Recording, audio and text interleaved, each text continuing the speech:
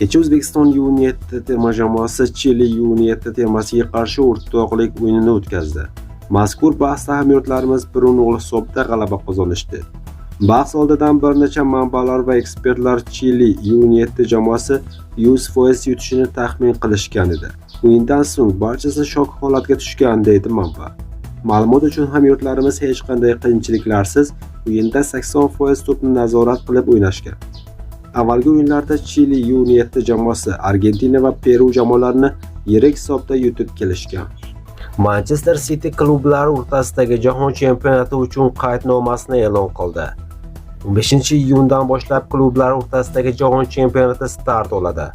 Ushbu turnirda Josep Guardiola boshchiligidagi Manchester City jamoasi ham ishtirok etadi. Bir necha daqiqa oldin shaharliklar musobaqa uchun kengaytirilgan tarkibni e'lon qildi. Unga ko'ra hamyurtimiz Abduqodir Husanov ham ushbu qaydnomadan o'rin olgan. Biroq Jek Grealish mazkur ro'yxatga kiritilmadi. Ma'lumotlarga qaraganda futbolchi tez orada jamoadan ketishi kutilmoqda.